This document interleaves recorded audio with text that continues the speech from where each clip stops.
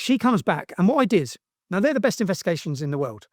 So I sit and get a laptop with this girl who doesn't like me. I said, well, I'm at home in bed, yeah? She goes on the computer and she looks up sendafaketext.com. So she sends herself a text message that looks like it's from me, saying, if you work with Panorama, I'm going to bury you, you bitch. So we're sitting together. I said, see, I haven't sent this text message. I'm in bed, yeah? But these are working. Let's see if they even check if this is legit. So she does this message, sendafaketext.com. John Sweeney, they're trying to contact me because they've been working on all this dirt they've got on me. So you see what you're seeing here. So what I do is I go and set up a studio like this. I put a camera on the wall. I put a screen on the wall, and I only give them a day's notice. I said, right, I'll meet you. It has to be on my grounds. Meet me here. And my heart's like this. I'm because Panorama are going to finish me. They're about to tell the whole country I'm a sex case. They're about to tell the whole country all these things about me. And he sits down. But what we find out in this, that my 2 old employees are being blackmailed. So I ring my old employees who are working with Hope Not Hate. I ring them and say, Caleb, I've got someone inside Hope Not Hate. I know you met them on this date at this time, but I'm blagging them. I've got it from the emails. I know you met them. He's like, Tommy, they've been blackmailing us for the last year. How are they blackmailing you? When we lost our job with Rebel Media, we were so annoyed with Rebel Media that we went to these groups, we took money off them to give information on the right wing. Yeah. I said, okay. And they're going to expose that we've done this. They've got evidence we've done this.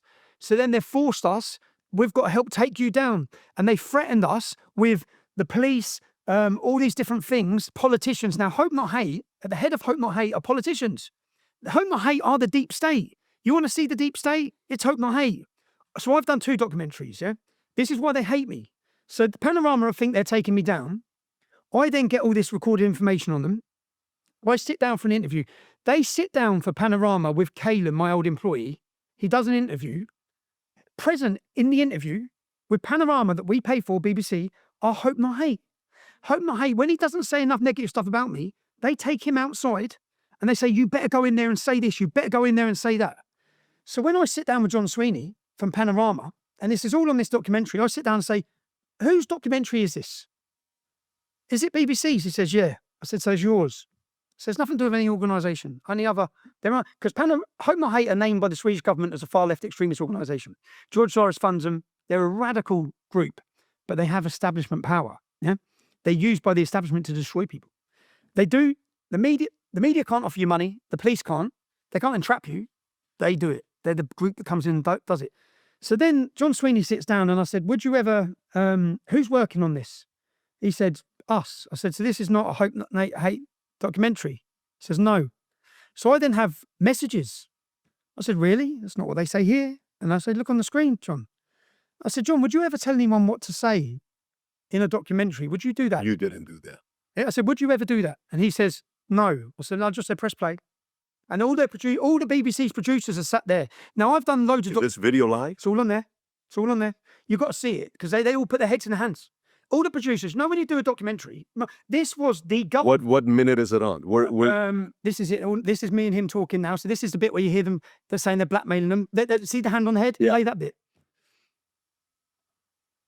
This finished them. That's their producers. Said you've got to do like Sky or one mainstream media thing, and then I went back to London to drop something off and to go.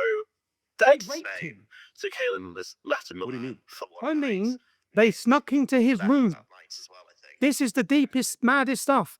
They stuck into his room when he was asleep. Hope Not Hate. It's all in this documentary. They got him into a position, sexual. He's gay, that my ex-employee. Yeah. But it's all in here. The recordings are all in here. Now, I've done so many documentaries over the years with the mainstream media. You usually just have the presenter and someone else. When I've done this one, all the producers were there. But they had no idea what I had on them. So I said, would you tell anyone what to say? And he said, no. I said, press play. And then it's a recording of him covert. Wow. And all of them just go like this. And they're sitting. Now, once I got this information, I got so much that this exposed them so bad. Panorama, yeah? Working with Hope, and look, you see those bits there. What I did is I played the beat. Listen to this. Just a yes or no. It's just it's a simple yes or no. Okay. We must ensure we avoid bias or an imbalance of views. Our output will be based on fairness, openness, and straight dealing. Contributors will be treated honestly and with respect. No, they were setting me up. Everything you think you know. Do you know we hear about fake news? Donald Trump spoke about fake news. I nailed them, yeah? But what happened from this? When I was first exposed, remember I used a fake name when I started the English Defence League because I was scared with my family. There was a journalist called Stephen Bird for the Times newspaper. He uncovered me on the front page of the Times newspaper. I kept in a relationship with him. So when I got all this, I contacted him. I said, mate, I have got a panorama, making up allegations. I've got them covertly recorded on everything, yeah? He come to see me, I played it to him. He said, mate, this is massive. I said, yeah, John Sweeney, they're fucked. Like, they're in trouble here, big trouble. He said, let me go see my editors. He come back the next day, he said, Tommy, I'm not allowed to run it. So what do you mean you're not allowed to run it? So I'm not allowed to run it. I said, you're meant to be a journalist. How can you not be allowed to run the biggest breaking story that exposes the BBC there's ever been? How can you not? So he wasn't allowed to run it. I then hired the biggest screen in the country. I played this documentary outside the BBC on on the biggest screen. I put it online. Within 24 hours, it had 2 million views. What year is this? This 19? 18, 19. I was deleted 24 hours later. Facebook removed me. YouTube removed me. I was deleted from every single social media. And the Attorney General prosecuted me for the crime I'd already been released from prison for. I went straight back to jail. And when they'd done that, you know, to stop this film, what Facebook did is made mention of my name illegal.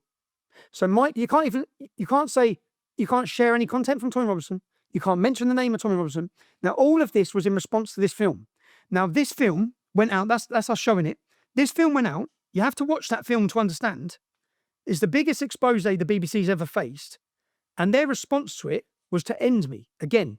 Yeah, but they thought that their documentary that they'd created with fake news was going to end me, and I spun it and produced it and ended his.